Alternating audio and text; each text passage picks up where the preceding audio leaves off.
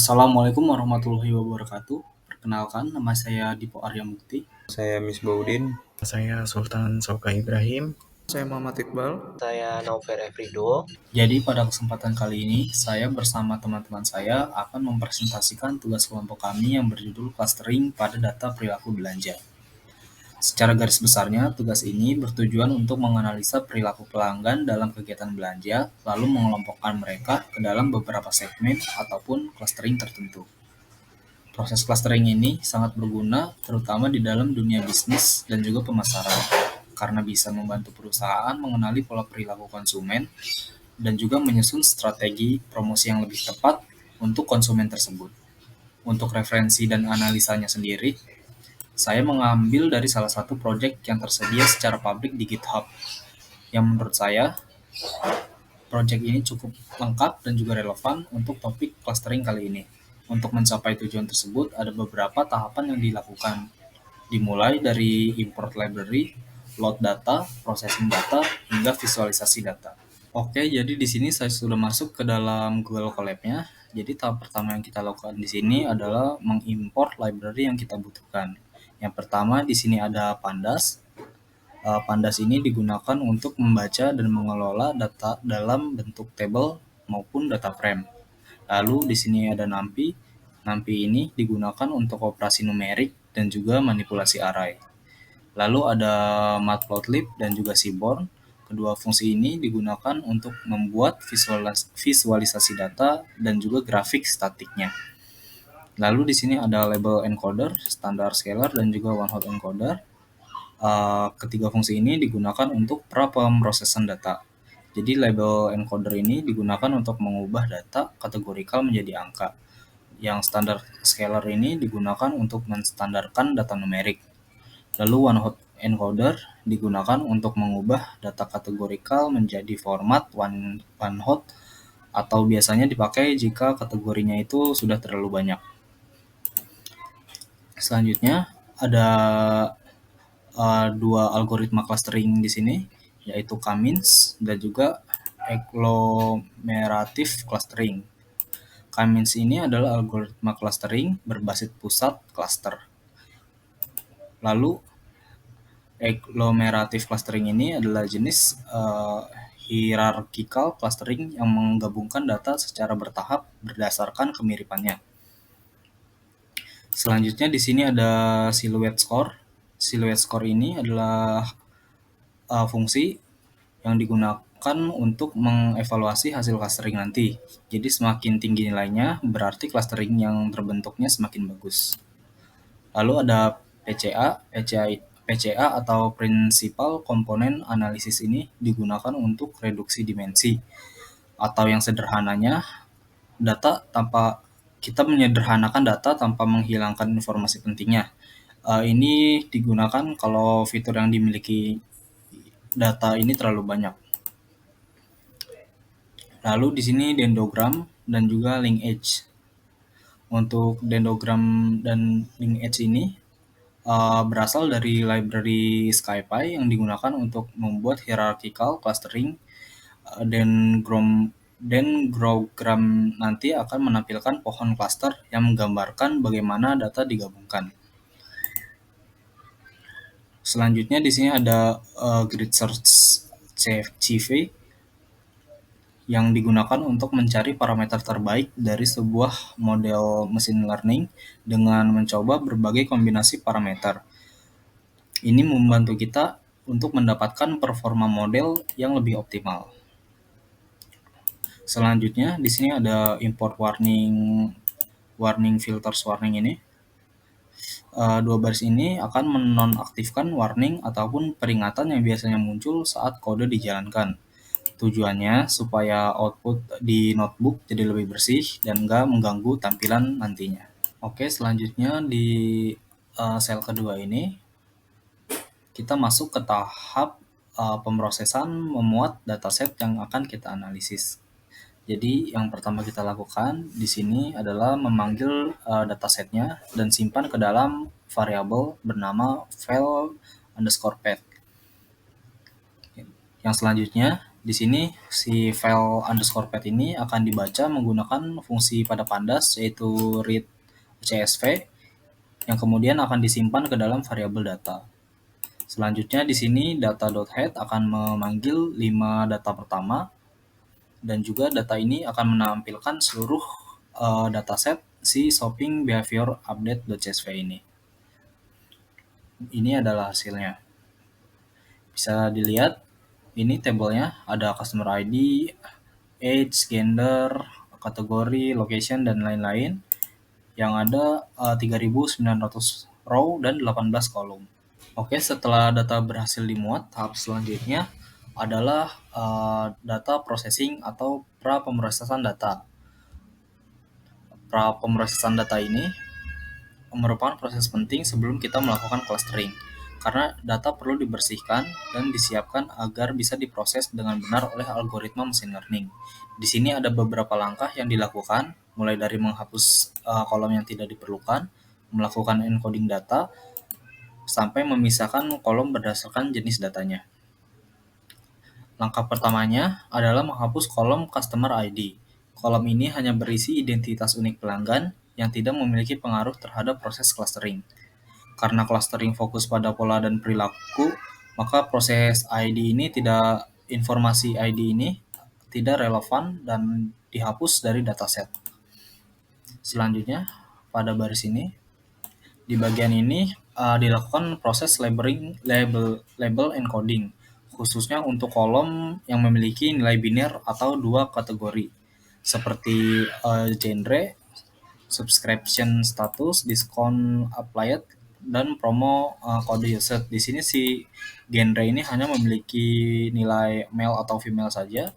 Si subscription status ini hanya memiliki nilai subscribed atau not subscribed. Yang diskon applied ini hanya berisi yes dan no saja. Begitupun yang promo code use ini hanya berisi yes dan no saja. Library label encoded ini berasal dari scikit-learn yang akan mengubah data kategori tersebut menjadi angka, misalnya yes 1 atau no 0. Ini diperlukan karena algoritma clustering seperti K-means hanya bisa bekerja dengan data numerik. Selanjutnya di baris ini ada ditentukan bahwa ada 4 kolom numerik utama di sini, yaitu pertama ada age, ada purchase amount, USD, review rating, sama previous purchase. Selanjutnya di sini ada kolom-kolom yang termasuk kategori atau bersifat non-numerik. Di sini ada item purchase, kategori, location, size, color, season, shipping type, payment method, dan juga frequency of purchase. Jadi pada tahap ini data sudah mulai disiapkan. Kolom yang tidak penting ini dihapus, kolom binir dikonversi menjadi angka, lalu data diklasifikasikan menjadi kolom yang numerik dan juga kategorikal. Setelah data dipersiapkan, selanjutnya dilakukan proses visualisasi korelasi antar fitur numerik. Tujuan dari visualisasi ini adalah untuk melihat apakah ada hubungan antar pola tertentu antar variabel numerik yang kita miliki tadi. Dengan mengetahui korelasi antar fitur, kita bisa memahami mana saja fitur yang saling berpengaruh, dan ini sangat membantu dalam proses analisis selanjutnya. Di baris ini, kita menghitung matrik kolerasi antar fitur numerik. Fungsi datalog data columns isin kategorikal kolom ini, artinya kita mengambil semua kolom kecuali kolom kategorikal, karena korelasi hanya bisa dihitung pada data yang numerik saja. Lalu yang core ini digunakan untuk menghitung nilai korelasinya. Hasilnya berupa angka antara min 1 sampai dengan 1. Jadi nilai yang mendekati 1 artinya korelasinya kuat positif. Nilai yang mendekati min 1 artinya nilai korelasinya kuat negatif. Nilai yang mendekati 0 artinya tidak ada korelasi. Selanjutnya, baris PTL subplot ini berfungsi untuk mengatur ukuran grafik yang akan ditampilkan. Di sini lebarnya 10 dan tingginya 8. Tujuannya agar heat map yang dibuat nanti tidak terlalu kecil dan lebih mudah dibaca. Selanjutnya, ini adalah baris utama untuk membuat heat map-nya, heat map korelasinya dengan menggunakan library Seaborn. Jadi di sini ada core. Core ini adalah data korelasi yang tadi dihitung. Lalu not true ini menampilkan nilai korelasi di setiap kotaknya. Lalu ada X-tick label sama Y-tick label ini digunakan untuk menampilkan nama kolom di sumbu X maupun sumbu Y. Lalu ada CMap ini mengatur warna gradasi. Di sini digunakan palet dengan warna diverging dari merah ke biru. Yang terakhir di sini ada PLT show. Baris ini digunakan untuk menampilkan heat map ke dalam layer. Jadi dari sel ini kita bisa melihat hubungan antar fitur numerik dalam bentuk visual. Dengan heat map kita bisa langsung mengetahui fitur mana yang saling berkorelasi kuat atau lemah. Ini bisa jadi pertimbangan dalam memilih fitur untuk clustering agar tidak redundan ataupun terlalu mirip. Setelah kita melihat korelasi antar fitur numerik, langkah selanjutnya adalah di sini melakukan one hot encoding terhadap kolom-kolom kategorikal. Tujuan dari proses ini adalah untuk mengubah data kategorikal yang memiliki banyak nilai unik seperti nama item, kategori produk, metode pembayaran, dan lain sebagainya menjadi bentuk numerik agar bisa digunakan dalam proses clustering. Di sini digunakan fungsi getDummies dari library Pandas untuk melakukan one hot encoding. One hot encoding ini artinya setiap nilai unik dari sebuah kolom kategorikal akan dijadikan kolom tersendiri yang berisi angka 1 atau 0. Misalnya kalau di kolom location ada 3 nilai, misalnya Jakarta, Bandung, dan Surabaya, maka setelah one hot encoding ini akan muncul 3 kolom baru, yaitu location Jakarta, location Bandung, dan location Surabaya. Baris ini akan mengubah seluruh kolom dalam kategorikal columns menjadi kolom baru dalam bentuk angka, supaya semua data di dataset sekarang menjadi numerik sepenuhnya dan bisa langsung digunakan oleh algoritma clustering seperti K-means. Jadi, proses ini sangat penting karena algoritma clustering tidak bisa membaca data dalam bentuk teks ataupun kategori, sehingga semua data kategorikal harus dikonversi dulu menjadi bentuk angka. Dengan one hot encoding ini, kita menjaga agar informasi dari fitur kategorikal tetap ada, tapi dalam bentuk yang bisa diproses oleh model. Oke, itu saja tadi penjelasan dari saya, mulai dari proses import library, memuat dataset, processing data, sampai konversi data kategorikal menjadi bentuk numerik dengan one hot encoding ini. Semua tahapan ini adalah bagian awal yang penting sebelum masuk ke proses clustering karena data harus benar-benar siap dan sesuai dengan formatnya. Selanjutnya, bagian yang lebih menarik akan dijelaskan oleh teman saya, yaitu bagaimana proses clustering itu dilakukan dan algoritma apa yang digunakan dan bagaimana evaluasinya. Ya, di sini saya akan menjelaskan sebuah standarisasi melalui scalar. Lalu, kita akan menstandarisasi data dengan berupa numerik untuk kita latih dari fungsi standar scalar. Lalu kita akan memanggil datanya. Setelah kita panggil data tersebut, kita simpan data tersebut dalam format CSV dengan nama shopping behavior updated one.csv. Setelah kita simpan, kita akan menggunakan dataset tersebut atau melanjutkan dataset tersebut, dan kita akan menggunakan Pandas untuk membaca CSV-nya. Lalu kita akan memvisualisasikan. Visualisasi ini berukuran 6x4. Kita akan menggunakan Seaborn untuk visualisasi bar plot ini. Dengan X-nya adalah gender dan Y-nya adalah item purchase backpack. Pada visualisasi ini, kita akan memberi nama impact of gender on item purchase backpack. Dan visualisasi ini memiliki rotasinya ialah 45. Berikut adalah visualisasinya. Berikutnya, kita akan membuat silhouette score. Silhouette score ini kita impor yang berasal dari scalar.matrix. Lalu kita akan mendefinisikan alat penghitung silhouette score-nya. Di dalam silhouette score ini, yang paling pertama ialah berisi sebuah iterasi untuk clustering tersebut.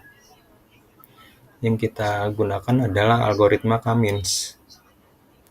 Algoritma K-means ini melakukan iterasi, mendeklarasikan untuk data tersebut dilatih, lalu memberikan label pada data yang telah dilatih, lalu mengubah data yang telah dilatih ini menjadi rata-rata dari siluet. Seperti halnya pada iterasi umumnya, yaitu adalah perulangan. Jika hal itu sudah selesai dilakukan, maka akan dilanjutkan kepada iterasi selanjutnya jika data tersebut belum selesai. Berikutnya adalah rentang dari klaster yang telah dideklarasikan pada hal atas ini. Pada rentangnya ialah memiliki 2 sampai 21. Lalu silhouette score ini ialah berupa fungsi dari calculate silhouette score. Berikutnya adalah visualisasi dari clustering yang telah dibuat. Pada hal ini, kita memberi nama visualisasi tersebut dengan silhouette score for different number of cluster. Dengan X labelnya berupa number of cluster, lalu Y labelnya memiliki nama silhouette score. Berikut adalah visualisasinya. Ya, sekian dari saya. Berikutnya akan dijelaskan oleh rekan saya. Selanjutnya yaitu menentukan jumlah klaster yang paling tepat. Jadi di bagian kode atau baris ini tuh digunakan untuk mencari jumlah klaster yang paling tepat berdasarkan nilai silhouette score tertinggi. Jadi silhouette score yaitu ukuran seberapa baik data dikelompokkan. Jadi semakin tinggi nilainya, maka semakin jelas pemisah antar klasternya. Lalu di bagian baris ini tuh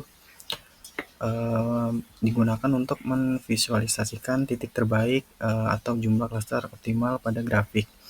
Dan di sini sudah ada output yang dimana optimal number of clusternya yaitu 2, yang artinya jumlah klaster terbaiknya adalah 2. Dan di sini sudah ada gambar grafik. Jadi pada hasil output ini tuh terlihat titik X berwarna merah di koordinat 2 dan 0,058. Jadi sumbu X menunjukkan jumlah klaster, sedangkan sumbu Y itu menunjukkan nilai silhouette score-nya. Jadi titik X merah menandai bahwa 2 klaster menghasilkan nilai silhouette tertinggi, yaitu sekitar 0,058. Kesimpulannya, meskipun jumlah klaster terbaik adalah 2, nilai silhouette score-nya tergolong rendah, yang menandakan bahwa pemisah antar klasternya kurang jelas. Ini bisa disebabkan oleh data yang tidak membentuk kelompok yang benar-benar terpisah secara alami. Di sel selanjutnya itu reduksi dimensi dan clustering, yang dimana pada bagian kode ini tuh tujuannya melakukan reduksi dimensi dengan PCA ya, untuk mengubah data dari banyak kolom menjadi hanya 2 dimensi. Hal ini tuh bertujuan data lebih mudah divisualisasikan dalam bentuk grafik 2 dimensi. Lalu pada di bagian kode atau baris ini tuh yang dimana tujuannya itu membuat dan melatih model K-means clustering untuk membagi data menjadi 2 sesuai hasil dari sel yang sebelumnya. yaitu n cluster sama dengan 2, yaitu jumlah cluster, lalu n_init sama dengan 10 itu mencoba mengelompokkan awal sebanyak 10 kali mengambil yang terbaik. Lalu untuk random_stage sama dengan 42 agar hasil selalu sama saat dijalankan ulang. Dan di sini sudah ada outputnya yang artinya tuh model kamisnya telah berhasil dibuat. Pada sel selanjutnya itu menampilkan nilai inertia. Jadi pada baris ini tuh tujuannya menampilkan nilai inertia, yaitu total jarak dari semua titik pusat klaster masing-masing. Inertia membantu mengetahui kompak data dalam satu klaster, semakin kecil nilainya maka semakin baik. Dan di sini sudah ada hasilnya, yaitu 5364.56 sekian, yang artinya tuh total jarak kuadrat semua data ke pusat klasternya adalah sekitar 5364.56 sekian. Nilai ini tidak dibandingkan antar klaster, tapi bisa berguna jika dibandingkan antar jumlah klaster yang berbeda. Lalu pada baris selanjutnya atau code selanjutnya yang itu tujuannya menampilkan koordinat pusat atau centroid dari masing-masing klaster dalam ruang 2 dimensi hasil PCA. Di koordinat ini akan digunakan nantinya untuk memvisualisasikan posisi pusat kelompok. Dan di sini sudah ada outputnya yang dimana artinya tuh klaster 0 memiliki pusat di sekitar titik 0,63 dan 0,56. Lalu untuk klaster satunya memiliki pusat di sekitar titik min 0,63 dan min 0,56. Lalu pada sel selanjutnya yang dimana pada bagian ini tujuan itu menampilkan jumlah iterasi atau pengulangan yang dilakukan algoritma Kamins sampai menentukan hasil pengelompokan yang stabil. Dan di sini sudah ada hasilnya, yaitu 8, yang artinya algoritma butuh 8 kali iterasi untuk mencapai konvergensi, yaitu saat posisi pusat klaster tidak berubah lagi secara signifikan. Selanjutnya akan disampaikan oleh rekan saya, yaitu Muhammad Iqbal. Selanjutnya, pada bagian ini, kode ini nantinya akan digunakan untuk mengukur kualitas hasil clustering menggunakan metode Kamins dengan matriks Hot Score, di mana data itu merupakan dataset asli yang digunakan untuk proses clustering. Lalu untuk Kamins.label, itu nantinya akan melabeli cluster yang dihasilkan oleh algoritma Kamins. Lalu untuk round 2, ini nanti akan dibulatkan ke 2 angka di belakang koma untuk keperluan tampilan yang nantinya lebih rapi. Selanjutnya itu print, di mana nanti print ini akan menampilkan skor ke layar. Di sini skornya itu yaitu Hot score sama dengan 0,05, di mana 0,05 ini tuh menandakan bahwa hasil clustering kurang optimal karena nilai mendekati 0, yang dimana menunjukkan bahwa data tidak terkelompok dengan baik atau batas antar cluster itu nantinya kurang jelas. Selanjutnya untuk yang visualize the cluster, di sini tujuannya itu untuk menampilkan hasil clustering Kamins setelah data direduksi. Dimensinya menggunakan PCA atau Principal Component Analysis, di mana nantinya akan menjadi 2 dimensi. Di awal nanti saya akan menampilkan cluster 1, di mana titik-titik data yang diklasifikasikan ke cluster 0 itu nantinya berwarna hijau dengan ukuran titik 100. Lalu yang kedua nantinya akan menampilkan cluster 2, di mana data yang masuk itu nantinya masuk dari cluster 1 dengan warna biru dan tentunya dengan ukuran yang sama, yaitu 100. Dan selanjutnya pada plot the centroids in the PCA space, ini nantinya akan menampilkan centroid atau titik pusat dari masing-masing cluster yang nantinya ditandai dengan warna kuning, dan untuk ukurannya akan lebih besar, yaitu 200, yang nantinya mudah untuk dilihat. Lalu untuk finalize the plot nanti akan digunakan untuk menambahkan judul dan label sumbu, di mana nantinya akan menampilkan legend untuk membedakan antara cluster dan centroid.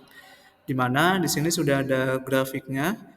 Dan kesimpulan dari grafika ini itu menunjukkan bahwa hasil clustering Cummins setelah data direduksi menggunakan PCA, titik hijau dan titik biru adalah dua klaster dan titik kuning adalah pusat klasternya.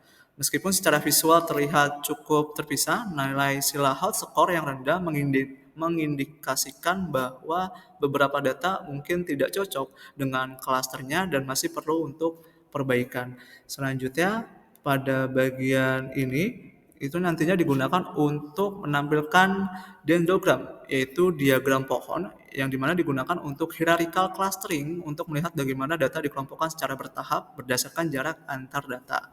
Di sini saya akan mengimpor modul untuk melakukan hierarchical clustering dari library Skippy, lalu untuk fungsi linkage itu untuk menghitung jarak antar data dengan metode Words method yang meminimalkan total variance dalam klasternya. Lalu untuk dendrogramnya ini nanti untuk membuat struktur pohon dari hasil linkage. Lalu untuk yang plot.title ini nantinya akan memberi judul dan label pada sumbu dan akan menampilkan grafik dendrogram. Di sini sudah ada grafik dendrogramnya, di mana sumbu X itu mewakili data, di mana dalam konteks ini bisa berupa ID pelanggan atau data hasil dari PCA-nya. Lalu sumbu Y ini menunjukkan jarak Euclidean, yaitu ukuran kesamaan antar data atau antar kelompok. Lalu tinggi cabang ini nantinya menunjukkan seberapa jauh dua kelompok ini nantinya digabung. Lalu pada garis horizontal atau level penggabungan menunjukkan titik-titik potong yang bisa digunakan untuk menentukan jumlah karakter. Selanjutnya, di sini ada bagian di mana nantinya ini digunakan untuk melakukan hierarchical clustering atau pengelompokan hierarkis, di mana nantinya akan menggunakan metode aglomeratif, yaitu proses penggabungan dari bawah ke atas. Di sini saya mengimpor kelas aglomerative clustering dari library Skitlearn, di mana ini digunakan untuk melakukan clustering berbasis hierarki secara otomatis. Lalu selanjutnya pada bagian variabel ini digunakan untuk melatih model hierarchical clustering dan sekaligus menghasilkan label cluster untuk nantinya setiap data. Di mana cluster dari objek ini yaitu agglomative clustering yang sebelumnya dibuat akan melatih model cluster berdasarkan data PCA. Lalu nanti akan dipredik mengembalikan label cluster untuk masing-masing data. Oke. Selanjutnya nanti akan disampaikan oleh Nover. Melanjutkan penjelasan yang sebelumnya, pada bagian visual cluster ini, dengan tujuan untuk menampilkan hasil clustering dalam grafik 2 dimensi dengan PCA, yang dimana PLT figure ini untuk membuat kanvas, scatternya ini untuk membuat scatter plot dengan grafik sebarnya dengan menggunakan komponen PCA di baris 1 yang 0 ini dan PCA di baris 2 yang satu ini. Juga C-nya dan JC-nya untuk pewarnaan berdasarkan hasil clustering label, CMAP dengan menggunakan Virdis atau skema warna hijau biru. Lalu edge color-nya ini menggunakan garis hitam di pinggir titiknya yang ini nih. Untuk titel diberikan cluster of customer dan subjudul dengan label X dengan PCA komponen dan Y label dengan komponen 2 yang ini. Lanjut ke data undo-nya, yaitu mengembalikan nilai asli dan tambahkan label clusternya. Di sini tujuannya untuk mengembalikan data yang sudah distandarisasi ke nilai aslinya dan menambahkan label cluster ke data. Nah, penjelasan di sini, data undo atau variabel data undo akan berisikan data copy, yaitu data asli yang tidak berubah. Jadi kita buat salin dulu. Kemudian data undo-nya dengan isi kolom numeriknya akan berisikan skala inverse, yaitu untuk mengembalikan nilai-nilai numerik yang sebelumnya distandarisasikan ke skala asli. Misalnya umur, balik ke satuan tahun, uang ke USD kembali. Dan data undo numerical column ini akan berisikan YMIN. YMIN itu ya berarti menambah kolom baru yang bernama cluster. Nah, clusternya ini akan berisikan K-mins. Nah, lanjut, di sini ada explore cluster statistik, yaitu untuk mengetahui karakteristik umum dari tiap cluster, misalnya rata-rata umur, ataupun pembelian, dan lain-lainnya. Di sini ada cluster statistik, variabel cluster statistik akan berisikan data undo group by. Data undo group by ini adalah mengelompokan data berdasarkan nilai cluster. Nah, makanya di sini diberikan cluster. Nah, min-nya juga untuk menghitung rata-rata dari setiap fitur numerik dalam setiap cluster yang ini. Nah, di sini terjadi pengulangan for atau loop, menampilkan rata-rata dari hasil setiap kolomnya. For in cluster kolom. Tampilkan cluster statistiknya. Ini dia. Ini untuk datanya. Cluster statistik 0,1 dan juga perulangan akan bertambah terus sampai ke bawah. Oke, lanjut ke sel 26 yang visualisasi original fitur by cluster. Nah, apa sih ini? Ini adalah tujuannya untuk melihat sebaran umur dan pilihan sebelumnya berdasarkan dengan si cluster. PLT figure dengan fixed size 10/5 dengan ukuran 10x5 dan juga kolom visualisasinya yang akan menampilkan age, purchase, dan previous purchase-nya. Jadi umur, pembelian, dan juga pembelian sebelumnya. Nah, untuk pengulangannya di sini kita akan menggunakan call name enumerate, jadi akan mengenumerasi untuk tiap fitur. Kita buat histogramnya. Nah, di sini ada subplot yang untuk menempatkan plot di urutan ke I dalam layout vertikal, lalu ada data undo. Ini pengulangan kedua.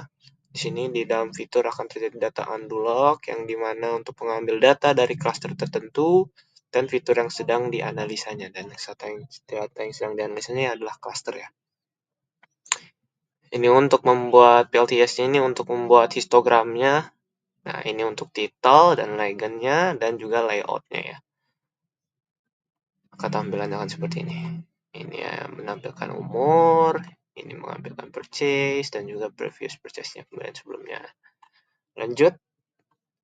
Nah, di sini di sel 27 ada stack bar. Nah, apa tujuannya ini dibuat? Tujuannya itu untuk menunjukkan jumlah review rating bintang 1 sampai 5 per cluster dalam bentuk bar chart bertumpuk seperti ini. Di sini ada secara penjelasan saya.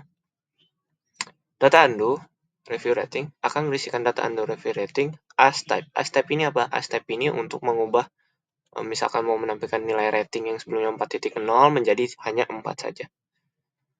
Nah, lalu berjalan pada pivot table. Pivot table akan berisikan PD cross tab. Nah, PD cross tab ini untuk menghitung jumlah rating per cluster. Nah, cluster yang akan dihitung adalah data undo review rating. Nah, dua ini, dan marginnya itu untuk kiri kanannya akan false. Lalu ada dilanjutkan ke plot kind bar-nya. Di sini kan clusternya memang cluster 0 akan berisikan pivot table log yang ke-1 dan juga cluster satunya akan berisikan pivot table log yang kedua.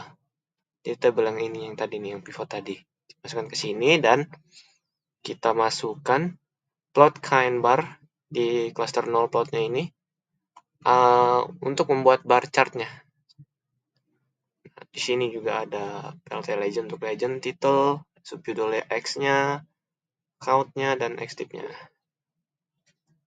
Ini lanjut ke sel 28 yang akan berisikan statistik kolom. Tujuannya untuk melihat statik fitur-fitur biner seperti ice group ataupun ice subscribe, hash coupon, dan lain-lain per clusternya. Di sini bisa dilihat kalau binary call akan berisikan call for call dan data di dalam data yang akan di undo, data undo jadi kolom, dan jika data undo calls unique dan call cluster. Nah, untuk perulangannya di sini cluster 0 memanggil data undo log cluster 0 dan cluster satunya akan data undo log cluster ke-1-nya. Nah, print akan menampilkan call statistiknya dan cluster 0 dengan min mencari nilai rata-rata, median juga, dan juga standarisasi deviasi dan presentasi aslinya dari si cluster 0 ini yang data undo ini. Sama juga yang cluster satunya juga mencari rata-rata, nilai tengah, standar deviasinya, dan juga nilai aslinya. Sama juga dari yang data 01 ini. Ya, sekian dari saya. Terima kasih.